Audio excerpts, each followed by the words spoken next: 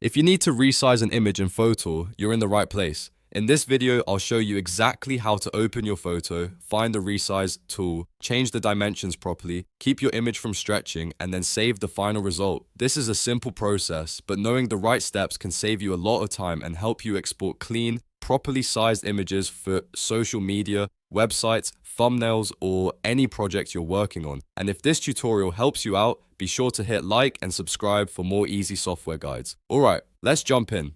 First, open Fotor's photo editor and load the image you want to resize. You can do that by clicking Open Image, or if it's easier, just drag and drop your photo directly onto the canvas.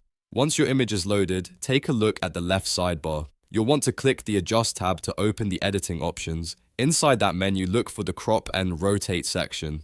This is where Fotor keeps the tools for changing image size and proportions. Next, click Resize. This opens the resize controls where you can choose how you want to adjust your image. Now you'll usually see two main ways to resize. The first is by entering exact dimensions. If you already know the size you need, type your target width and height into the fields in pixels. For example, if you need a specific size for a banner, profile image, or upload requirement, this is the most accurate method. The second option is resizing by percentage. If Fotor shows a percentage mode, you can use that when you simply want to make the image smaller or larger by a set amount, like 50% or 200%. This is useful when you don't need a custom pixel size and just want a quick proportional change. One very important setting to pay attention to is the aspect ratio lock. You'll usually see a lock or chain icon. Make sure that lock stays closed if you want the width and height to scale together. Keeping the aspect ratio locked helps prevent your image from looking stretched, squashed, or distorted. That means your photo stays balanced and keeps its original shape while resizing. If you unlock it, you can change the width and height independently, but that can distort the image, so only do that if you specifically need a custom stretch.